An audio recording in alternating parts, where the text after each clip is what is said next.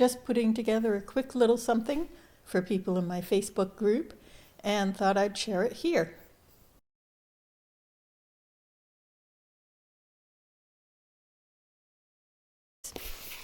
Okay, we've created a new file.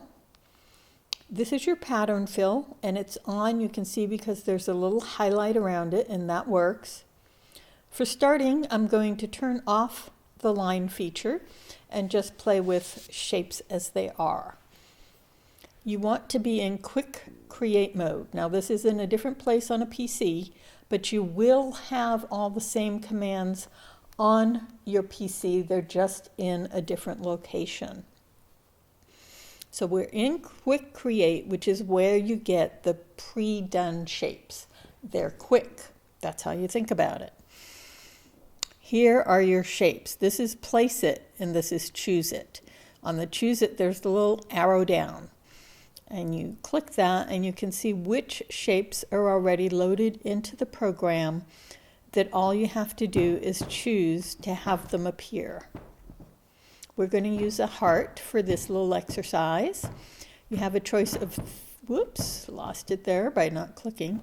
You have a choice of 3, and I'm going with this number 31, plain one.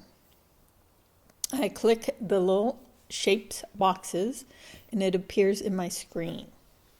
Now what to know when you're playing with shapes is there are 2 commands on your keyboard.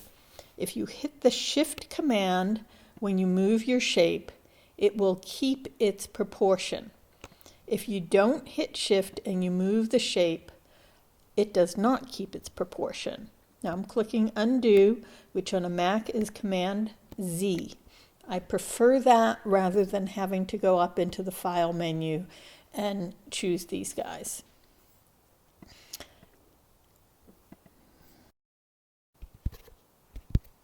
The other command to know when you're playing with shapes is the option command. If you click option and you move it, it will move from the center. But the thing about option by itself is even clicking it to move from the center, you can throw it off its proportions. I'm hitting Command Z. If I hit option and shift, it will move from the center and keep its proportion both. Now this is a pretty good shape. I think I wanted mine a little bit narrower, so I'm going to move without hitting the keys and just make it a hair narrower. There we go. And to make a simple shamrock, all you need are 3 of these. Let's change the color. You can click on it and hit properties. And let's find a nice pretty green. I usually go with the blue greens, or mallow green works. Now that I have the shape, I want this particular design to be symmetrical and even. So I'm going to be making copies and pasting them. Again, Command C to copy, Command V, paste. That is both a Mac and PC convention for simple copy and paste. Now you'll notice as I'm moving this, there are a few things that I've done. Let's get this over here, a little bit lower. On a real shamrock, the 3 leaves don't always touch. This little circle here moves things back and forth.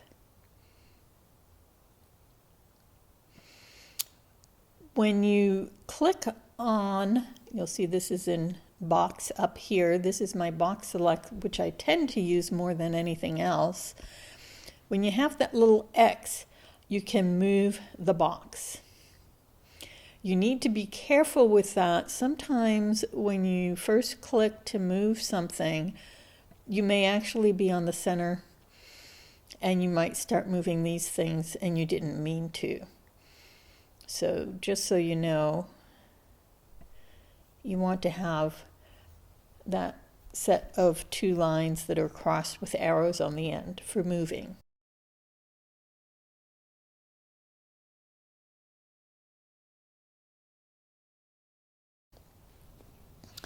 That looks pretty good for where I want it. So what I do is copy, paste again, and this time flip it.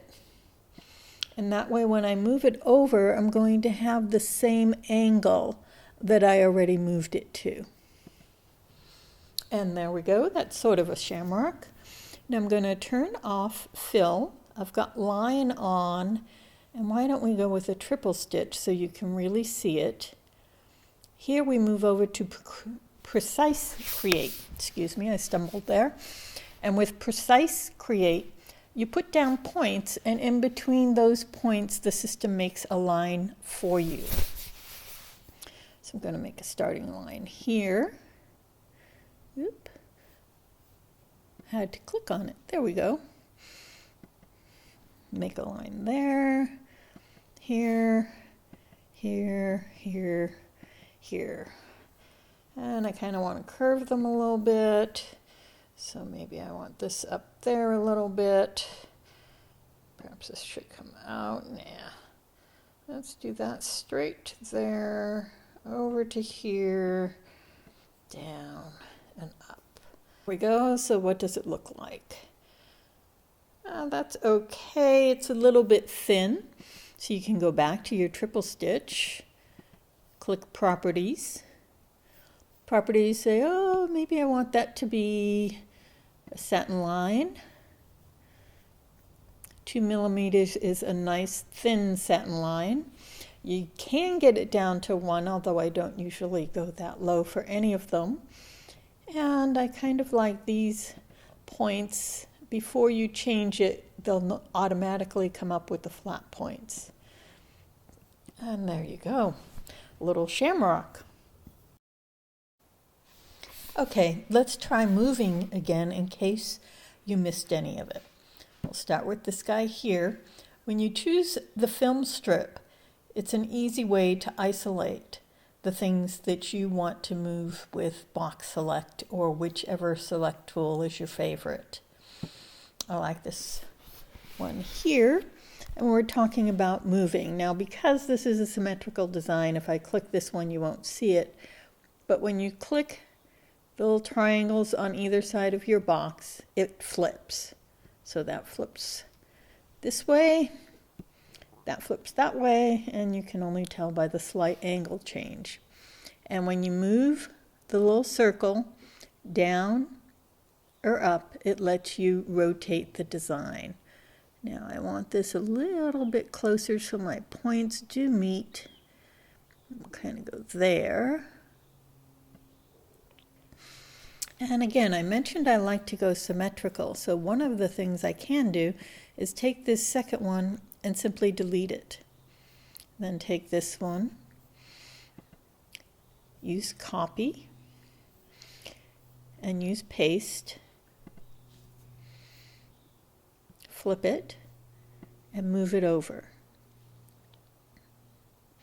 Again, I tend to use Command C and Command V for copy and paste, but if you prefer to double click to see the commands, that is open to you. And there we go. So that's a little bit better of a shamrock. Now that you have it, it's a big plain stitch shamrock, which you can do things with, but there are a few other tools you might not have seen yet. One, under Edit, you can go down to change design size. Right now you're in Create and you haven't exported, so this is not yet a stitch file. You can change your size any way you wish. You're not limited to some of those guidelines that people talk about on resizing. So you can hit change design size, and maybe you're going to go even less than half. Why don't we say 65 millimeters? Click OK, and there you have a tinier. It's actually not that tiny since I'm in a big hoop, but you have a smaller design that might look fine being as plain as it is. If you wanted it to be very small on a collar or something, you don't want it so elaborate that it would get lost.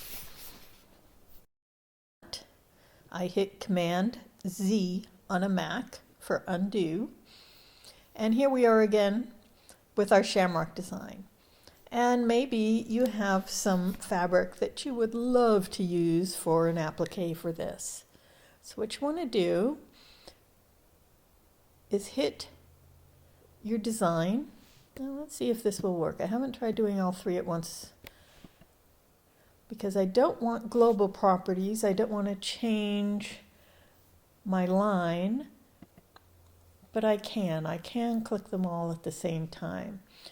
So if you're doing an applique, you don't want a pattern fill.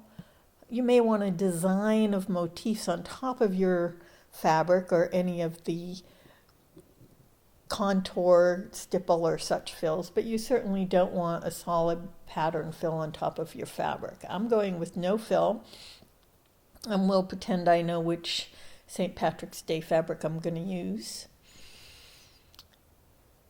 And I'm going to go to Applique. This lime green shows up fine for what we're doing here, so I'm not going to bother to change the fabric. When I choose standard applique, you'll notice, and this is where you need to know how you like your appliques, I've got it set at 1.5 millimeters. Now 3 millimeters, I believe, I'll recheck and I'll put it as a little sign here, but I believe 3 millimeters is about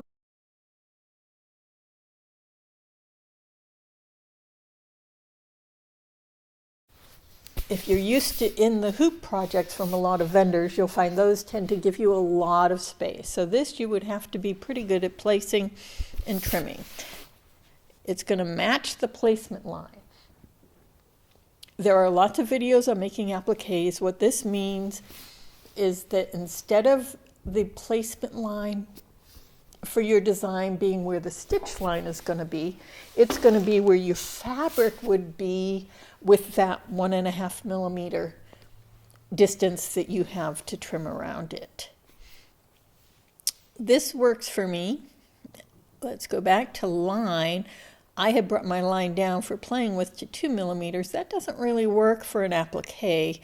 4 is going to be better for width on your applique, and the density of 4 that it's set at is fine.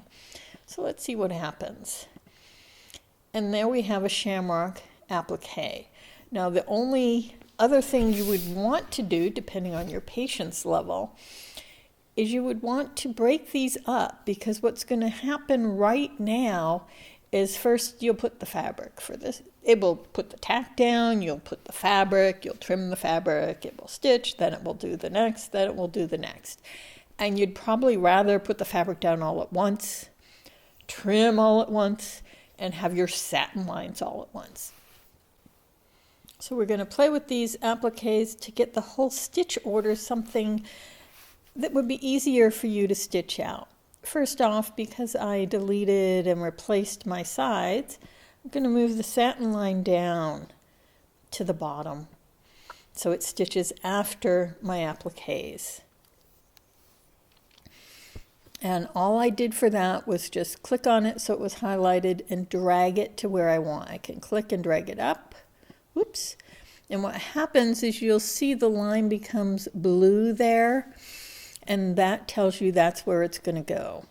Now if I bring it down, see the blue line, that's where it's going to go. And we've got the satin line there. Now with these, what I want to do is break them apart, and that is under your object command. So when you click on object, you'll find break apart here. For this video, because it's already getting too long, we're just going to talk about break apart.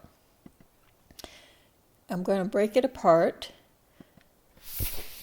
and we're going to do a few at once again, and you'll see it breaks them apart. And now I can play with the order. Okay, it looks like my previous screen captures had not captured our Premier create line here, and object is where I found break apart. It's already broken apart, so that's where you'll see it's grayed out. You have some other options here for when you click on an object first, and they'll come up.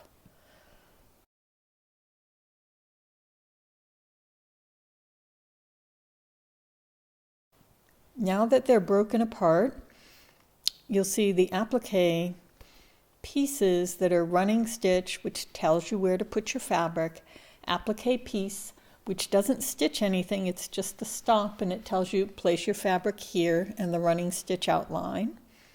Double stitch, which is your tack down. There's a stop after that so that you can trim around your tack down before the satin line finishes it. This makes it easy because what we want to do is put all the running stitches together, all the applique pieces together, all the double stitches together, and all the satin lines together. Now I'm playing here with my trackpad and not a mouse, so you might watch me occasionally slip, but again, it's just dragging them up. First find the running stitches for the 3 little hearts, then we're going for the applique pieces for the hearts. There we go. Then we're going for the double stitches, which we're going to want. There we go. Double stitch, double stitch, double stitch, satin, satin, satin, and and there we go. I didn't need to move this little line here. Put him down. And now where do we need the stops? Okay, so first the running stitches go. We have the stop. We just put down our applique pieces, and then it's going to double stitch around them, and we need a stop after those double stitches because that's where we trim. And then it does the satin lines, and we don't actually need a stop before it does the end. And we don't need these last stops. They were just because we had them in all different places. So we can click them all and click delete object. FN delete also usually works here.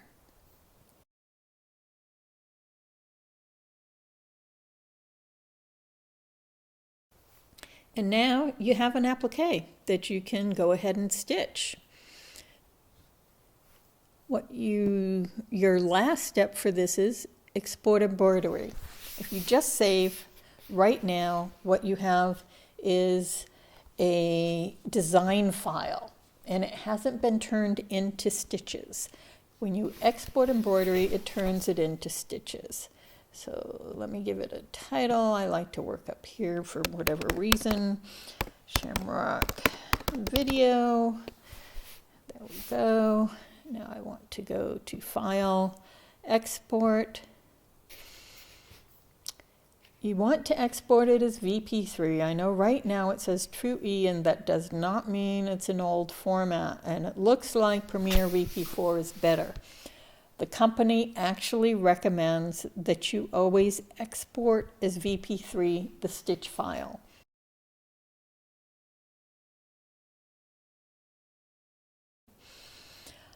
I am in the habit, you'll see here it's all one color, of always turning color sort off, even though I've got one there. If I want color sort, I do it deliberately within a design. A lot of vendors, although you wouldn't be in Create with theirs, but a lot of vendors use color sort for the stops in an applique rather than stop commands.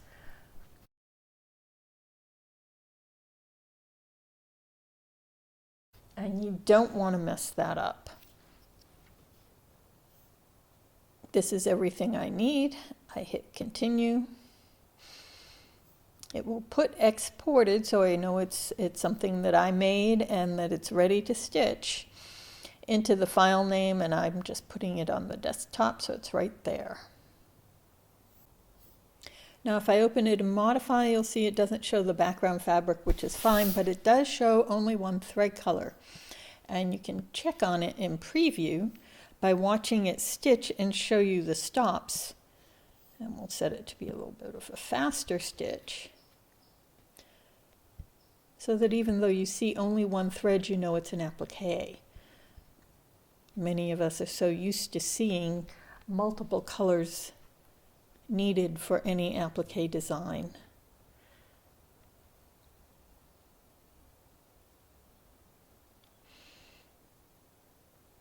And there's your running stitch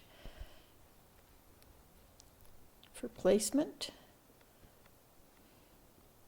And it tells you to stop.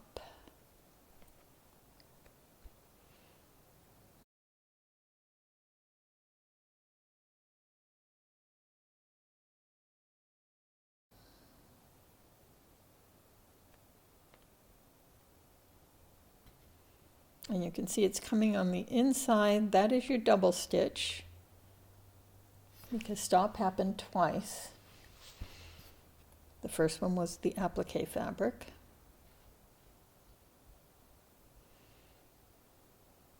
And you can see your 1.5 millimeter little edge there.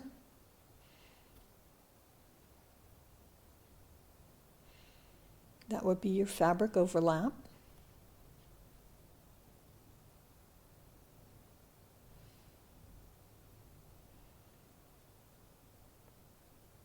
And again, I didn't want to mess up how the view would be when making a shape, but for most people I'd probably bring it up a bit to maybe a 3 millimeter.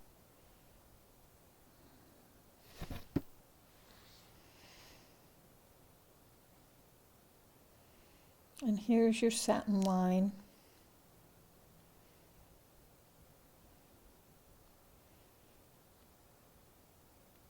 That first bit was giving it an edge underlay.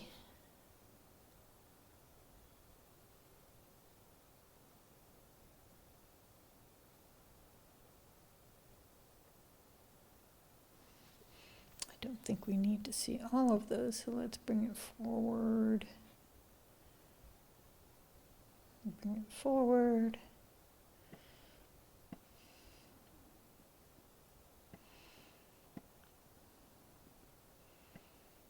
And there you have it. Your design is ready to stitch.